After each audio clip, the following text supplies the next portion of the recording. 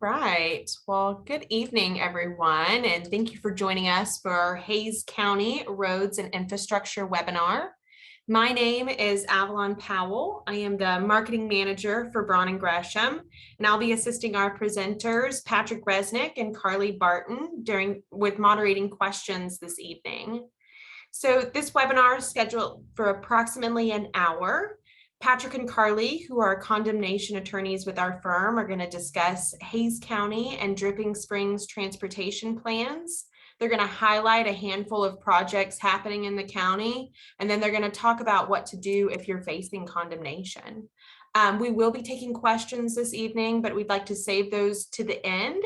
So if you do have a question, you are welcome to submit them at any time. You'll just need to use the Q&A feature of Zoom.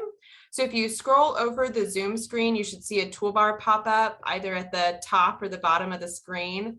And on that toolbar, there's an option for Q&A. If you click that, it will actually bring up a separate pop-up box and you can type those questions directly in.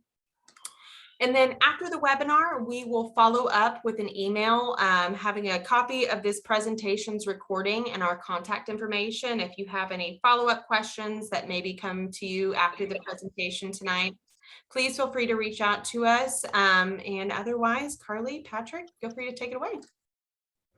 Right. Well, good evening, everyone, and thank you for joining us. This is the second we've done. If you attended the last one a while back, we don't have a lot of updates, so there may be some additional information, but there's going to be a lot of the same information. These projects move very slowly. Our firm is based in Dripping Springs, Texas. I've lived in Dripping Springs for at least going on 23 years now. I've seen all the changes as you have if you've lived here for a few years. Carly will introduce herself, but she's in Hayes County, a long-term resident as well. We decided to do these presentations in order to just update our community about the things that we have learned and finding out, because I get frustrated. I know landowners get frustrated, and our firm represents landowners all over the state, but we have a large focus in the Hill Country area and around Austin, San Antonio. And there's not a lot of public information out there that is very discernible, understandable. And so what we're trying to do is to decipher that down and help landowners have a better understanding on things that are happening and timing on things that are happening. So I grew up on a farm and ranch in Texas. I'm Texas through and through, and have worked and lived in a good portion of all over the state. But Dripping Springs has become my home, and the Hill Country is definitely, like a lot of people, a place that is loved and cherished. And I enjoy my trees, and I don't like to see my trees taken down. But that happens when roads are built and transmission lines come and pipelines come through, as the large pipeline came through a few years ago. Unfortunately, that does happen. But Carly, why don't you do a quick introduction of yourself and kind of go over the quick agenda? Yeah, like Patrick said, my name is Carly Barton. I do live here in Hayes County as well. I live in Kyle. My husband's family has been here for many generations, so they're quite connected to the land and the community here. But I grew up in Austin, and so I saw that rapid growth that Austin saw, and as it's now grown to the surrounding counties and the roads that are being built at rapid pace to keep up with all of the population that's coming that wants to make this place home. So we're going to go through, I'm going to go through these, and we're going to give you a little quick overview about what we are going to cover here today. So first is we're going to talk about the Hayes County and Dripping Springs Master Transportation Plan, and what a master transportation plan is. What does that mean for the roads, and why do they even go through that exercise at all? Then we're going to talk about other major road projects happening in Hayes County. We will talk about the roundabouts that we've got. Some are now open. We also will talk about the 150 alignment project in Kyle, the the southwest connection of 150 to 290 closer to Dripping Springs, the 45 SH45 connection between I-35 in Buda and FM 1626. Part of that's actually Travis County, but we'll talk a little bit about Hays County's role in that. The Center Point Road expansion and bridge over and from I-35 to Hunter Road down there by Kissing Tree. And then we'll talk about some other development projects in Hays County, not just roads, but wastewater and water lines from Dripping Springs and Driftwood, and an example of how developers are being a part of those projects. And then lastly, we're going to cover, well, what if those projects affect you? What's going to happen? Well, you're going to find yourself in condemnation proceedings, and we're going to go through what to expect if you're being condemned in the eminent domain process. So that's a quick overview about what we'll be talking about today. So first off, we have these master transportation plans, and we'll start with the Hays County Master Transportation Plan. This is where you can access it and look at it.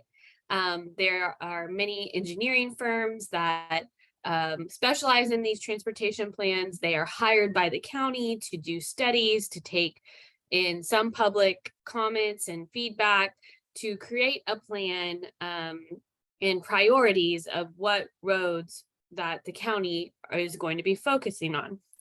So in this case, we've got this particular plan was created fairly recently. They don't do them every year because it's a very big undertaking. But as you can see, this one, I believe, was finalized last year, if I remember correctly.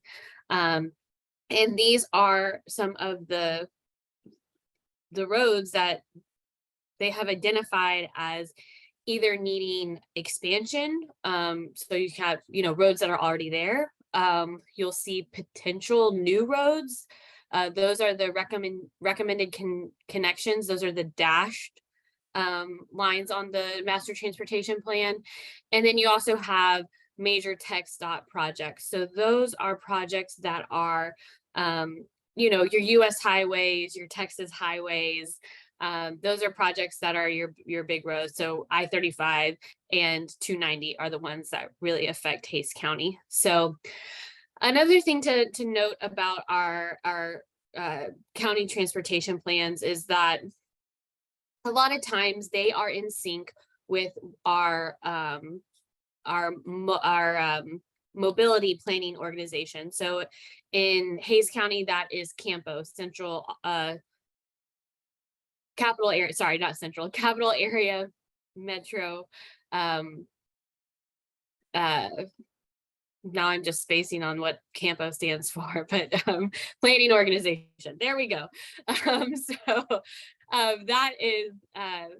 That's our planning organization, where it takes county government officials, it takes city government officials from all around the area, and it is a way, and they create priorities for road projects that they are going to also help fund and gather funds for, particularly with money coming from TxDOT or even from United States Department of Transportation, because all your road projects trickle down. You'll have funding that can be matched from TxDOT or from the United States Department of Transportation, and then you'll also have road bonds. And so that is kind of why a transportation plan is important, because then we can see some of these long-term goals. You'll notice that, some of these lines are completely pie in the sky, or, could be 30 plus years from now. They aren't ones that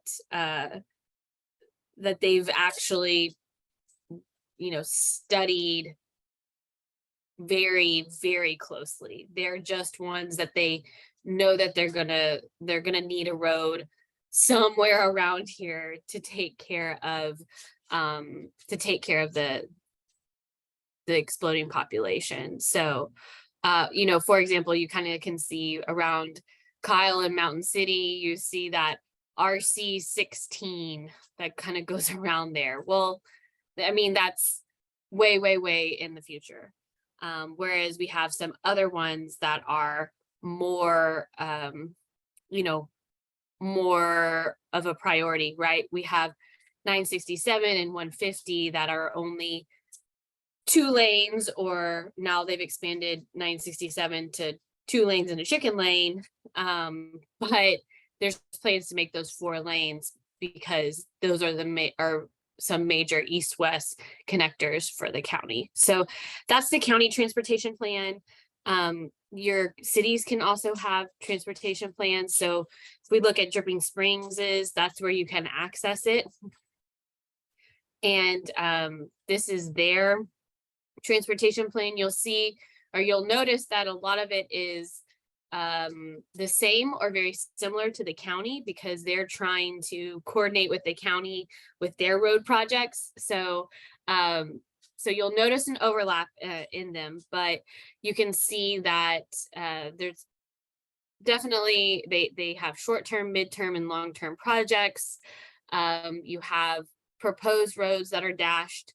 Enhanced just means we're making it bigger, right?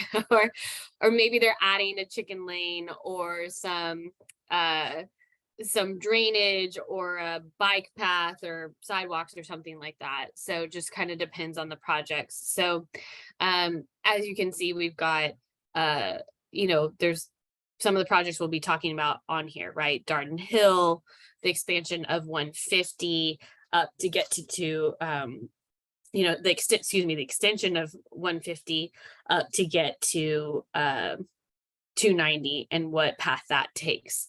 So some of the other things, expansion of 290 through downtown Dripping, that's a very long term, even though it does have it purple, which means midterm, but there's lots of studies and things that have to occur before that becomes a viable or a project that we're going to be very concerned about. Additionally, Fitzhugh needs work, but that is a long-term priority.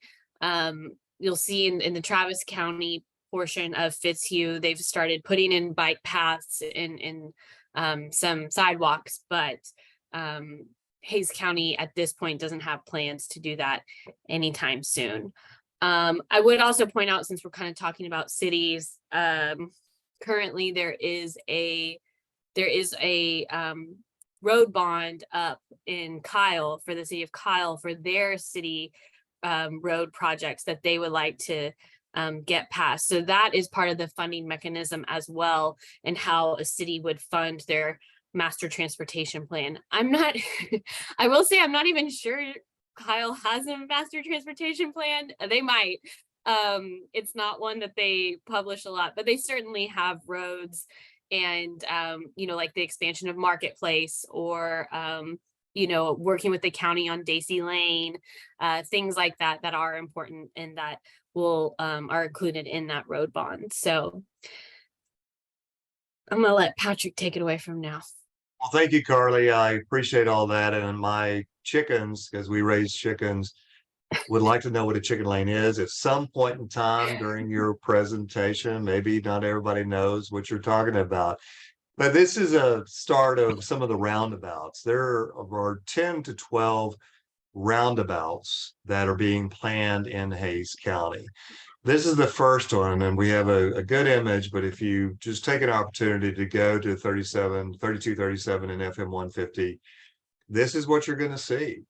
And this is in operation, and it's designed to get traffic moving more quickly rather than having four-way stops. If you've traveled, you've probably seen in other places that these exist. You may like them, you may not, but the reality is these are planned in the county, and we'll talk more about these roundabouts. They are definitely designed, and the consulting companies who have done these designs said this is going to move traffic faster and keep traffic moving without having to start and stop at the four-way stops. This one's already in project, and it's working. So this is really hard to believe that they planned on having it complete in summer of 22. Well, they did it. That's a rarity. Most of these projects never are completed on time, but this one is. Let me go to one of the next ones, and that is at Darden Hill Road Project. This one is also moving forward. So if you look at Darden Hill in Sawyer Ranch Road, the roundabout that you see there to go to the new Cypress Springs School is actually being acquired right now through the condemnation process. And clearing has already started to happen in those areas. And construction will probably start in the spring. It will not be finished by the time school starts in the spring. They plan to hopefully happen to have it completed by school section of fall. But if you go to that intersection, you can see all the trees are cleared. That is actually happening. If you go farther west to Ranch Road 12 and 150, that is also, and I think we have another slide there, that is also a planned roundabout, but that has gotten a lot of public pushback. And there is lots of reconsideration by the county as to whether or not that particular roundabout will actually take place. So the public input is very important in these projects. There are opportunities. If you go to the websites on the transportation plans, there's an opportunity to put public comments in and just express yourself about what you like. And we'll see more of this later on in the presentation. But these public input does make a difference. And this project now is actually slowed down, and the design team is reconsidering whether or not a roundabout is really needed at Ranch Road 12 and 150. I think But here's the picture, Patrick. that's the picture of what the plan is. And if you've, I'm sure most of you, if you're in the area, have been on Ranch Road 12 and 150, you know that there's a large open area there. Twisted X is just right down on 150. There's a cemetery, the Phillips Cemetery right across there. We will connect this on another image, but the county is trying to figure out, how do we get from 150 to 290 going west? And we have some slides related to that. So one of the ideas was to put another roundabout here. Where Howard Ranch is just to the south there, there's a planned multi-use development in that area where the roundabout is placed. And there's some real confusion and actually heartache by a lot of folks, including the developers. Well, wait a minute, we plan on a multi-use area for this corner, including a convenience store and some other things that have been promised to the community there, that if the roundabout goes in, they won't be able to provide. So there's reconsiderations on the design there, but part of the design going west through Hays County to get to 290, we'll show you here in a minute, is still on the table, but the roundabout may impact that. So when we talk about these projects and why they take so long, they're complicated. Not only is it, where does the money come from, but the public input is important. What's happening as far as development, how do the developers influence where these go, where we'll talk about more. And then how does it impact landowners? Does it bisect their property? And what is, well, who's going to have to pay for this through the condemnation process? Is it the county? Is it the state? Is it the city of Dripping Springs? So it's takes a lot of time to get through these. And what we're trying to do is monitor these projects and just give you updates as we know them. I'm going to go back now. There you go. So this one is the improved 150 at Darden Hill. The plan, and this is probably one of the earlier plans, is once the Darden Hill Sawyer Ranch Road roundabout is put into place, the plan is to widen Darden Hill. And that would be from Sawyer Ranch Road to 1826. That will probably be the next phase of the widening of Darden Hill. Then after that, we'll be going west on Darden Hill. And then how do you get into 150? Well, right now, the dotted line is the future development of getting from Darden Hill to 150. But as we were talking about, depending on where the roundabout happens with that, it may realign where that expansion happens. So that's going to happen, sometime in the future. But what we hope to do in part with these presentations is to give people who are buying and selling land an idea of where they're buying or what they're selling and what the future may hold for transportation infrastructure. And we'll also talk about some water lines and wastewater lines and some other types of infrastructure in this presentation. Right now, we're kind of focusing just on the roads because everybody's frustrated about how long it takes to get through Dripping Springs, especially at Ranch Road 12 and 290. And as Carly mentioned earlier, one of the long-term transportation plans is theoretically to widen 290. And there's also some talk about possibly putting an overpass at the intersection at Ranch Road 12 and 290. And one thing Dripping Springs wants to try to do and the county wants to try to do is avoid that. So if there's ways we can find bypass routes to take away some of that congestion at that intersection, then that may alleviate the need for some sort of big overpass that takes people away from Mercer and the downtown experience in Dripping Springs. So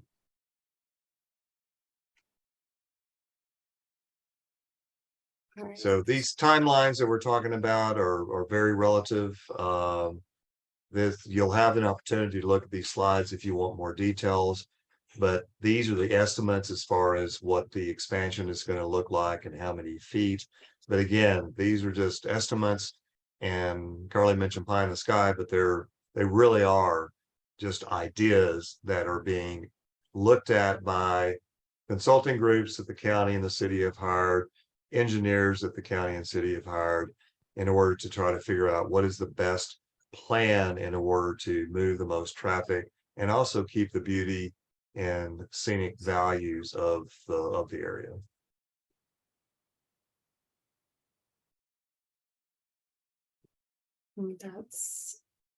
So on the other end of 150, we've got the realignment through the city of Kyle. So right now, 150, of course, comes through downtown Kyle during during our high traffic periods, gets backed up. There's the train that doesn't help either. So they're looking for an alternative to go around downtown Kyle and create a new, just a bypass essentially, closer down to Yarrington, and then to catch back up with 150 close to where the Anthem development is going in, that you have on the north side of 150. So this is supposed, the details are that it's supposed to be a 4-lane divided roadway. It'll be approximately 150 feet needed. They will have accommodations for pedestrians and bicycles.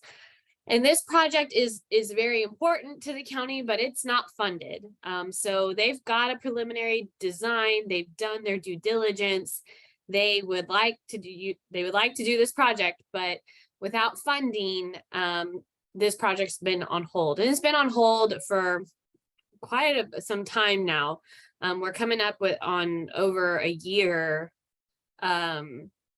since they've finalized the preliminary design. So this is just one that we always kind of have out there dangling, waiting to get funded with the next road project or our road bond or something like that.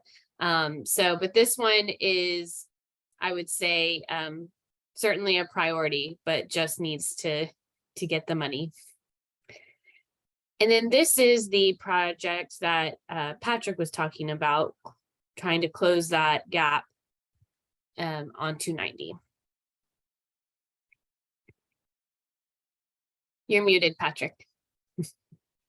The Southwest Connection is an idea that is trying to move traffic away from Ranch Road 12 and 290 and get it west going to Henley.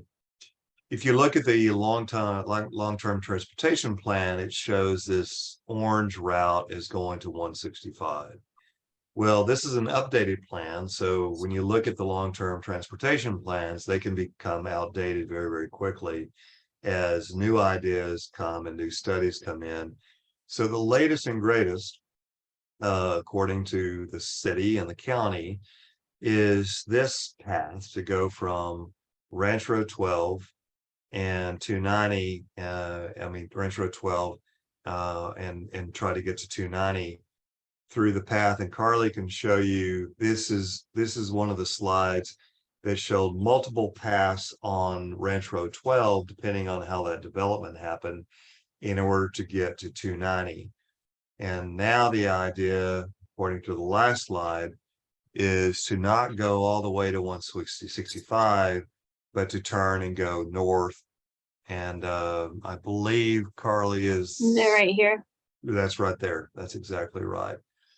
And so that's the idea, is not to continue to go farther west and impact those landowners, but go up an existing corridor and just expand that area and use the top one right there to go along the border of that development that is happening right there. But again, the roundabout is going to affect all of this. So, you can look at a long-term transportation plan, and then you look at these updated maps, and they're different. And so there's confusion, but they're just ideas. There's still lines on a map, and this one could change. And so if you're looking to buy a piece of property or sell a piece of property in this particular area, the frustration so much is, well, how do I know? Well, the reality is you don't. How do I know when? Well, the reality is you don't. We don't know when, we don't know exactly what it's going to look like. And that's what we're trying to do with these programs, is just as we learn more information, update you as landowners in the area about the information that we learn. And we're weekly trying to learn more information and help facilitate that in order to keep you informed. So.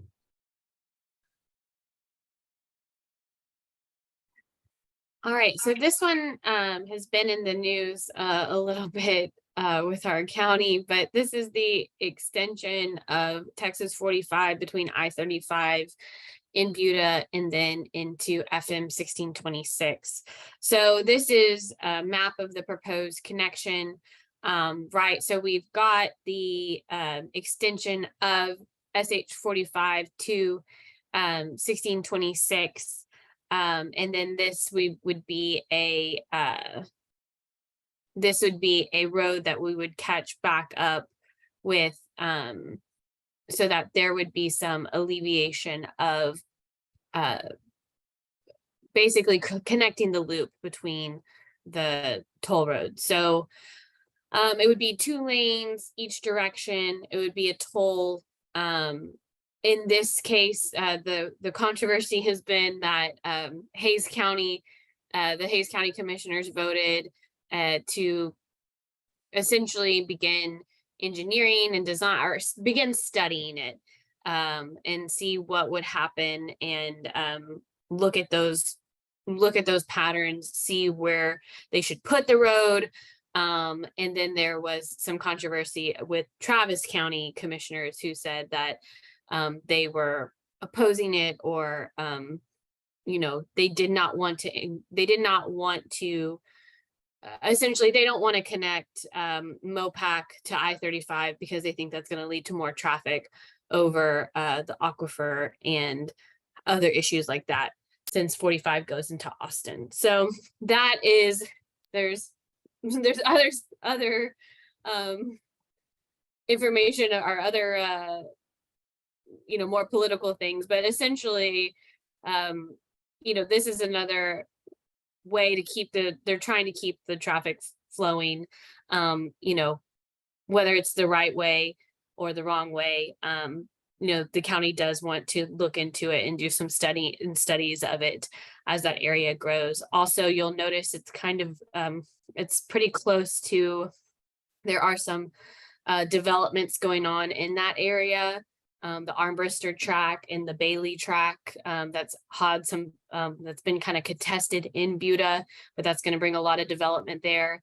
So they're certainly trying to keep up with the demand for all of these neighborhoods that keep getting built in the area. So, and Carly, I think, for those who are concerned about, the impacts to the aquifer or to some of the sensitive areas, most people really that I've talked to really enjoy the convenience of the I-45 from MOPAC to the dotted red line. But that stretch was in litigation with Texas and federal court for a number of years because there's lots of caves, car systems, recharge systems in those areas. Of course, it was built, and so all of those things were lost. But there are some groups out there who are contesting this from just a preserve of, the aquifer system, the car systems, and from an environmental standpoint, that it's not the best place to put it. So those are competing interests on convenience for getting from point A to point B, and also trying to treat the environment in a way that is respectful. And it's complicated, and that those lawsuits lasted for a long time.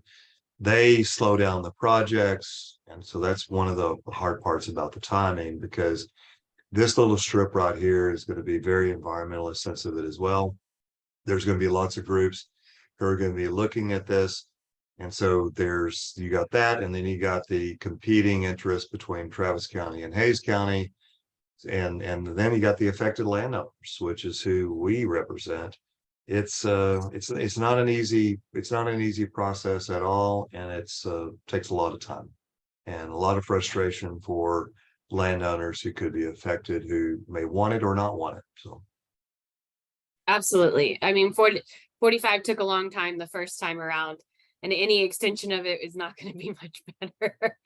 And then this next project we have is for down in San Marcos, where they're having where the city and the county have noticed issue with Center Point Road from I-35 to Hunter Road. Really, the issue is that they have a big neighborhood and development kissing tree that's put a lot of traffic and stress on the roads, and on Hunter Road in particular, but also for crossing the train tracks there. So if you exit and you take 12, right, if you're going to the Hayes County Government Center, or out that way in San Marcos, there is an overpass over the railroad, so there's no more stopping. But at Center Point Road, there is not. So they are looking to build an elevated 4-lane bridge over the railroad, similar to what they built closer to the government center. It's 4-lane divided highway that they'll need at least 180 feet of right of way for.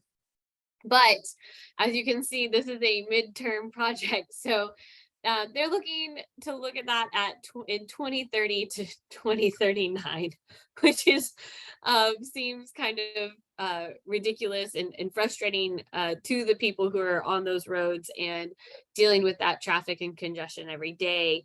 But that is, that's what they've said right now. Now that can change. They can change it to a short-term project, or they could get funding, or something could happen. That's why we kind of monitor them. But we certainly are most of the time we're talking about years when we talk about road projects, not months. So that's just one to kind of, keep an eye out for in about 8 years or so. well, and Carly, you're getting ready to have your second child, and that could be an 8-year-old or an 18-year-old. I mean, put it in perspective, right? Exactly. I do have a funny story, actually, because I grew up in Austin. I lived in Southwest Austin, and there was, MOPAC ended for a while at 360, and then they kept expanding it down. And there used to be a light at William Cannon and MOPAC. And I remember my mom was quite involved with the neighborhood and the land development committee and all this stuff. And some TxDOT officials told her that it was going to be 20 years before there was an overpass over William Cannon on MOPAC. And I'm pretty sure it was less than 5. So, these timelines can change, certainly. And with the development, they can be sped up, but it's just one of the fun parts of being a condemnation attorney in Central Texas is figuring out when they're going to build the roads and when they're going to get funded. So, but next is Patrick, and he's going to talk about not roads and some other kinds of, strains that we have from development. Yeah, these are just some examples of what's happening in the Dripping Springs, Driftwood, Wimberley areas. Many of you probably have read that Dripping Springs has a problem with the wastewater discharge. There is a lawsuit that's still pending on whether or not Dripping Springs can discharge treated wastewater into Onion Creek. And so meanwhile, they have worked out a development agreement of sorts with a group that's putting in the new golf course and Driftwood near the Salt Lick. And in order to discharge over the golf course, this treated water, but they have to have water lines or wastewater lines in order to get it there. So wastewater is a big issue. And then Dripping Springs is also looking at, well, if we're going to get a wastewater line, why don't we go ahead and get water lines? Because as the city expands its various water line systems, because a lot of people are running out of water during these droughts, their water wells are drying up.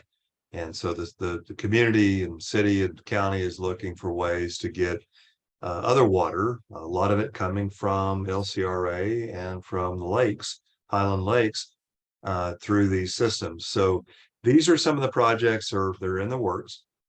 For example, along 150, there is a project that with the water corporation that's working to get a wastewater line from the city in order to get it to the golf course and Driftwood. And now a lot of that is going to go along 150. So that project is in the works. And there's also in the works, Dripping Springs is trying to figure out how to get additional wastewater lines from the processing plant and to other areas as well. So there's lots of things that are happening from a design standpoint and development standpoint with water and wastewater lines just in the immediate area of Dripping Springs and Driftwood and Wimberley and Hays County, not to take away from the rest of Hays County, but these are becoming very real because there's so much development that is happening. And also, if you go to the next slide, there's things that are happening and from a development standpoint. So people ask, well, how does this work? Well, the Village Grove development is happening just south of HEB and the Home Depot off of 290 here in Dripping Springs. So this is a private development. But the private developers are also trying to figure out how do we get a road system that goes from 290 to Ranch Road 12. And so you go 290 to the north right there. This is just a design. Yeah, go in the other direction, Carly, where the gray line is. They're all Yeah. gray lines. Farther to your right, farther to your right. So if you go there, I got you. the idea is to try to figure out how do you get traffic from 290 to the Village Road development and then ultimately to Ranch Road 12. The problem and the challenges for these type of projects is that they're going to impact individual landowners who are not part of this development. So while this company may have ownership of this development and they can develop this property, how do you handle the ingress and egress for the transportation to and from those areas? So they're having to hire negotiators to negotiate with private landowners in order to try to get those roads through there.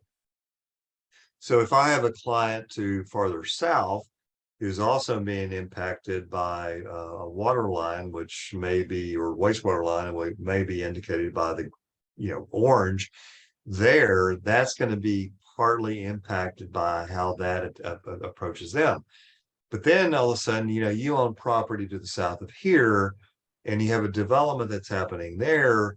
Does that mean you're going to get now a road that is going to open up your area to more traffic and transportation? And the answer is it's possible. Now, the county is not condemning at this point in time. It doesn't mean that they couldn't at some point. But right now, this is the private developer working with landowners, trying to figure out, can they get this development done? Can they build these homes? Can they get traffic from 290 to Ranch Road 12 and get this development done. So there's lots of times that people are contacted by private developers or representatives of developers to say, hey, would you be willing to sell a piece of your property in order to put a road through it? Those are private negotiations, and we also help people do with that. We've recently on this project had an appraiser that estimated the actual value of the road through the property in order to make sure that if the landowner wants to do this project, that they actually get the compensation they're entitled to. It's not eminent domain. No, it's not a condemnation process. It could turn into that at some point in time if the county decided this is really for a public necessity. And that's one of the keys that Carly's going to go into in a minute is, what's the public purpose? What's the public necessity for this particular project? But this is how roads are oftentimes determined, is developers working with landowners in the area and with the city and county officials in order to find how do we get these roads through there. And it's happening on the other areas that we've talked about as well. It doesn't mean you're going to be condemned, but it does mean it's going to change how you live in your area. Because if this development happens, people between 290 and this development to the south of 290, their lifestyles are going to be very different than they are right now. Because if you move to these areas in order to find exclusion or seclusion, you're not going to have that when these developments come in. So there's a lot of interplay and complexities between private developers, the counties, the cities, and other groups in order to see if these things can actually come to fruition. So as Patrick said, we're now to the part of the transportation or of the presentation where we talk about what is eminent domain, what can you expect in the condemnation process, and kind of what are the steps that will occur. So eminent domain is the power to condemn. Sometimes we use those terms interchangeably. So eminent domain is the power, condemnation is the process. But we'll get into it. Where does the right to eminent domain come from? Well, originally it comes from the United States Constitution. Under the Fifth Amendment, the government can come in and take private property for public use, but it requires the government to compensate the citizens, right? So a couple of important things about it, right? The compensation has to be, fair, right? So, and most of the time, we're seeking a fair market value of it. And then the public use aspect of it is very important when we're talking about an eminent domain case. In Texas, we also have it in our Constitution under Article 1, Section 17. In Texas, we're a little bit more explicit about it. We say no person's property shall be taken, damaged, or destroyed for or applied to public use without adequate compensation being made. A lot of times, that adequate compensation is really what we're fighting about, making sure that the landowners are getting what they deserve and what that fair market value is of what the government is taking from you. So that is a lot of what we do. Sometimes we do argue about what is public use and how is the county government using, or not even just the county, but any government entity, MUDs, SUDs, things like that. They also have eminent domain authority. Water supply corporations, they have eminent domain authority. So sometimes we're fighting about what that public use is and making sure that those entities aren't just being mouthpieces for developers, which can happen. So, and then lastly, we have Chapter 21 of the Texas Property Code. That is going to set out all the rules and all of the steps of the condemnation process, what the what the condemning authority has to go through in order to exercise their right to eminent domain. So what is the condemnation process? Under Chapter 21, you're going to get a lot of these, there's a statute, right, that's going to have some of these, some of this information, but there's mainly 4 steps to the condemnation process. The first is you get the phone call, the letter, or the visit from a surveyor or a landman who's saying, okay, well, we'd like to come onto your property because we want to build a road through here, or we want to put a pipeline, or we want to build a transmission line. So that is how all of these cases start. That landowner gets contacted about a project in the area that could be impacting their land. Now, I will say that's not, it kind of depends. Sometimes you'll get contacted and maybe there's they go in and they survey your property, or they pick another route when it comes to like a pipeline or a power line. But for the most part, they're coming when after the visit happens, things are serious and they're coming through your property. The second part is negotiating your terms and compensation. So they'll make an initial offer. It'll be, in a letter, and then they'll give you some deadlines that you have to comply with. I'll be honest, those deadlines are made up and used to pressure landowners into freaking out that someone's going to come in and take their land. So that's my big piece of advice. Don't worry about the deadlines in the letters that they send you. You have to worry about deadlines for court, but not for ones that are made up by the condemning authority. But they'll have an initial offer. Then they'll also have a final offer. That final offer will have to have an appraisal attached to it. And it has to be done by a certified appraiser in the state of Texas. And depending on the tactics of the condemning authority, sometimes they lowball you on the initial offer, and then they'll become maybe slightly more reasonable on a final offer, and they'll have the appraisal to back it up.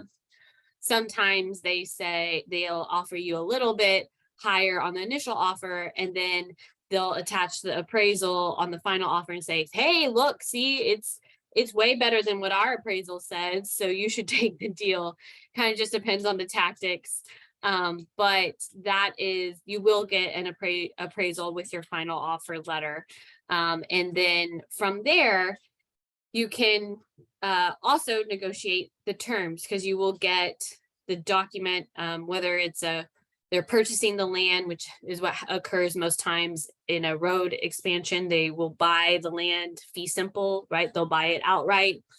Or sometimes when you're talking about a wastewater line or water line, it's an easement. So it will, you will still have some use of your property, but it will be limited.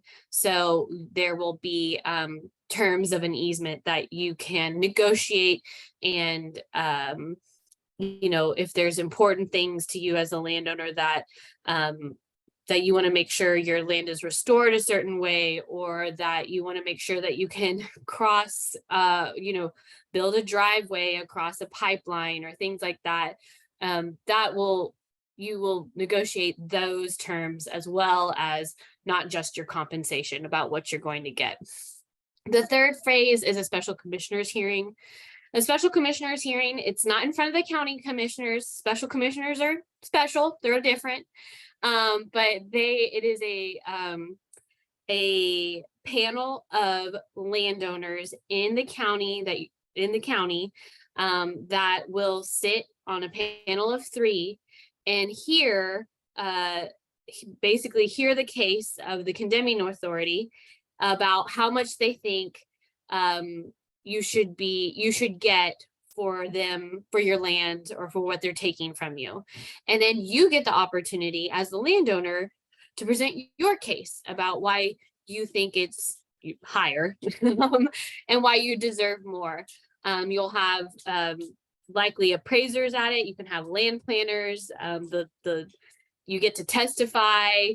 I'll kind of put it in air quotes because there's no judge, it's just these three resident landowners, but it is a way that if a condemning authority is really lowballing you or being very difficult and not in keeping it very, not giving you very good or very good compensation, it is a way for you to show these three people that no, it should be a lot higher. They will award what they think is the fair market value, your damages from the taking.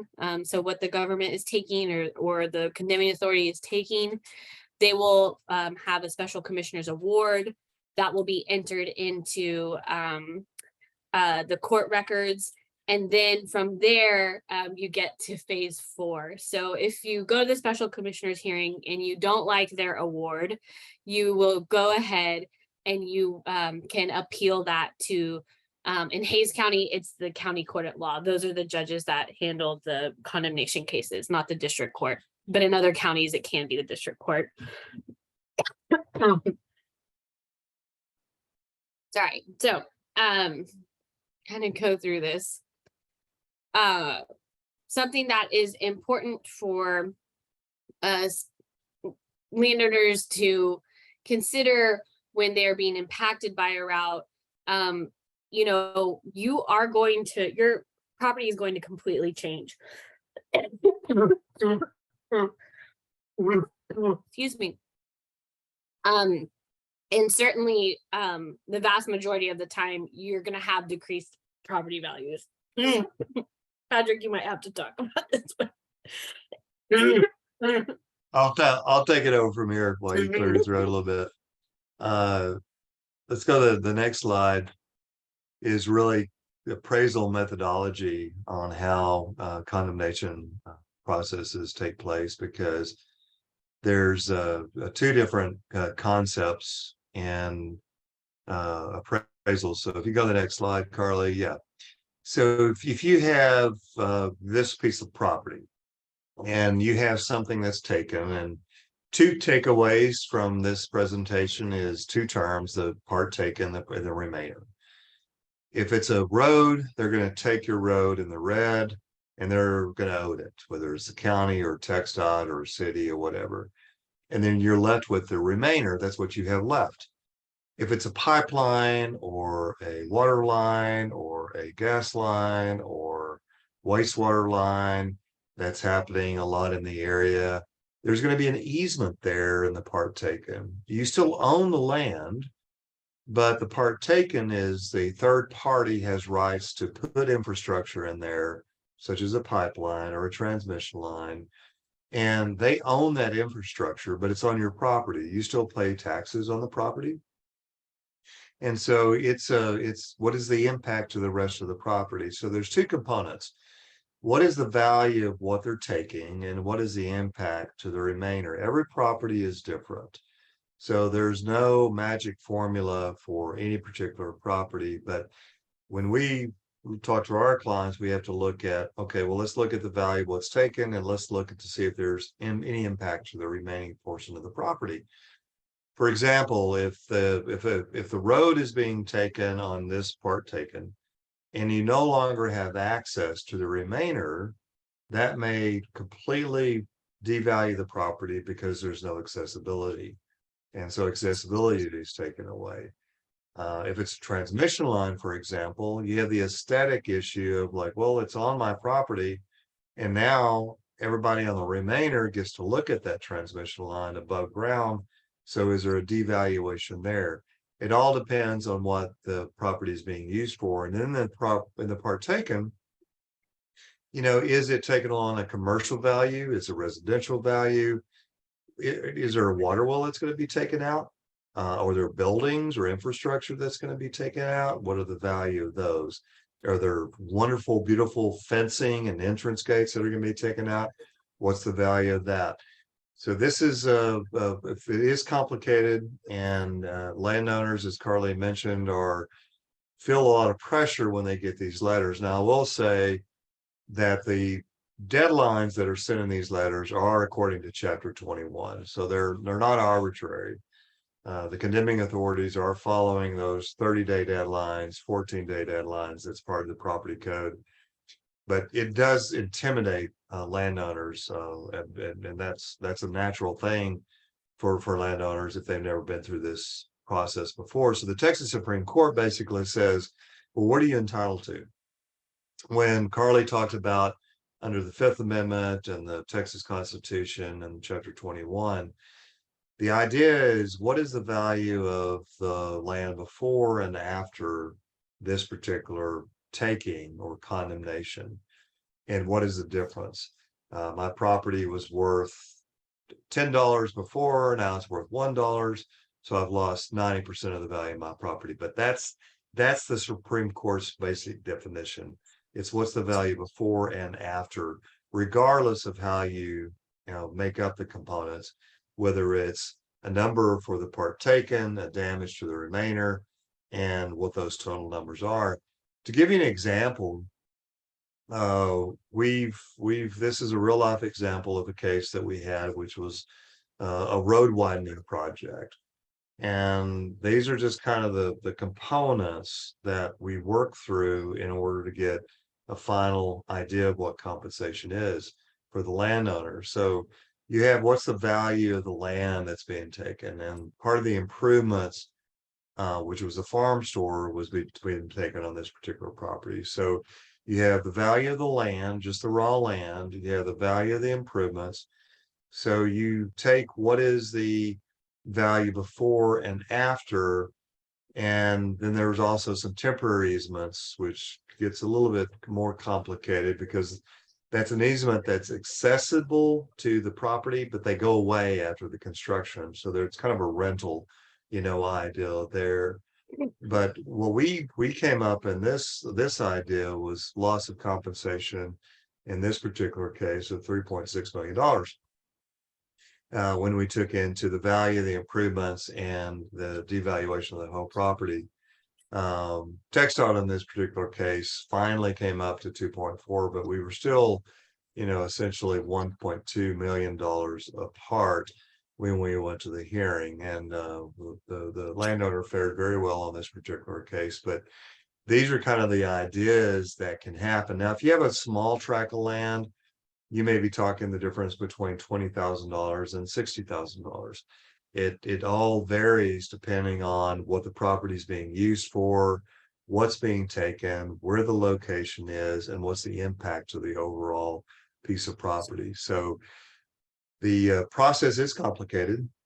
We do recommend that you do talk to a professional, an attorney at some point in the process.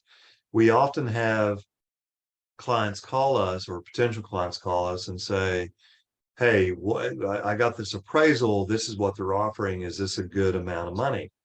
And there are times when we say, yes, that's a good value under the constitutions for what they're taking.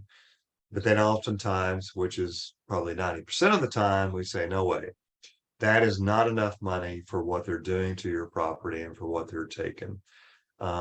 We've seen in Hays County just alone, these projects, because they've taken time, land values have gone from, $20,000 an acre to, in some senses, $100,000 an acre, just depending on where they're located.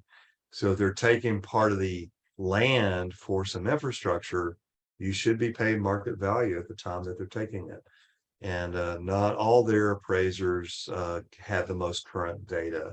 And we try to work, we don't try, we do work really hard to have the most current data. So this is my information, Carly's information. Avalon will follow up, but these are our email addresses. We provide free consultation for folks if you want to call us up and schedule an appointment, talk to one of our staff members, or email me or email Carly and set something up. Please do. We're very generous with our time and trying to help educate landowners about what's happening and what they can expect during these processes.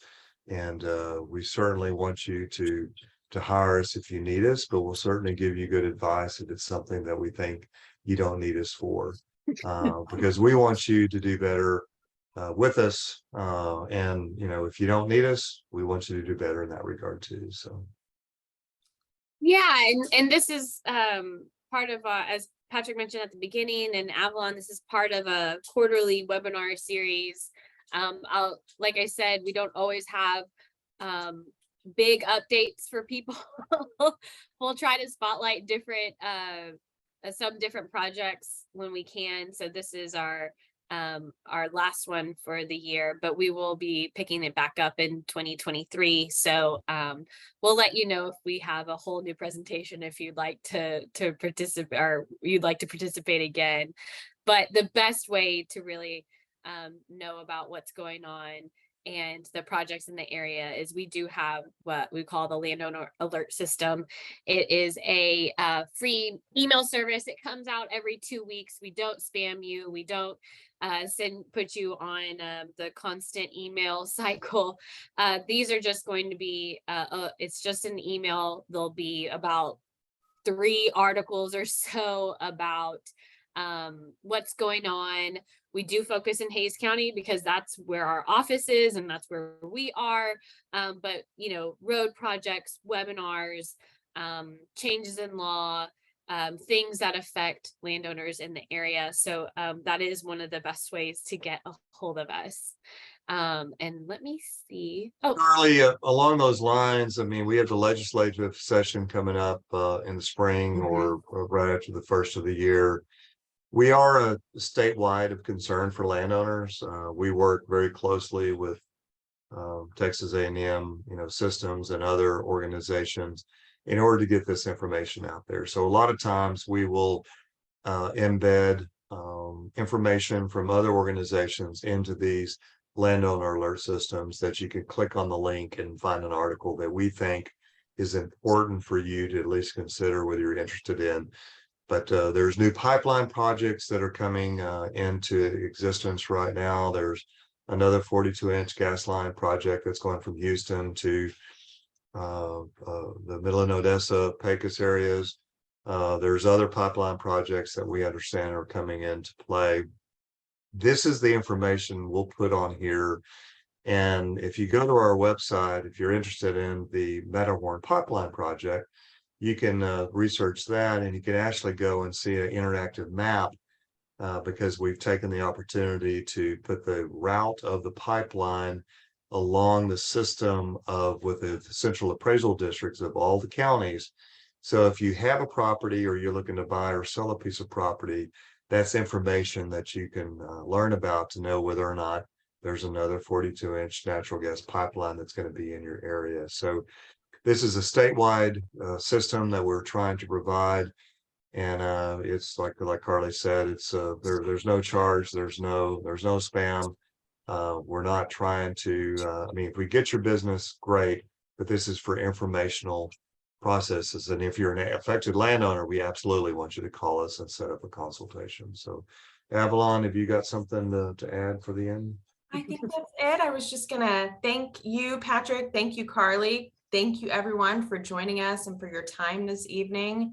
I will be sending out a follow-up email, if not tomorrow, the following day, with a copy of this recording, our contact information. If you think of anything, please don't hesitate to reach out. And also don't hesitate to reach out to me if maybe you'd like a direct link to that Matterhorn pipeline map. Happy to share that with you. Otherwise, I hope you all have a good evening, and we'll be in touch. All right, and Les, thank you for your thanks. We appreciate everybody that joined this evening. We're very passionate about what we do and very concerned about landowner rights. So any ideas that you have that you can help us be better advocates, please let us know. So thank you, everyone. Thank you, Carly. Thank you, Avalon. Appreciate everybody. Thank you. thanks, everyone. Bye.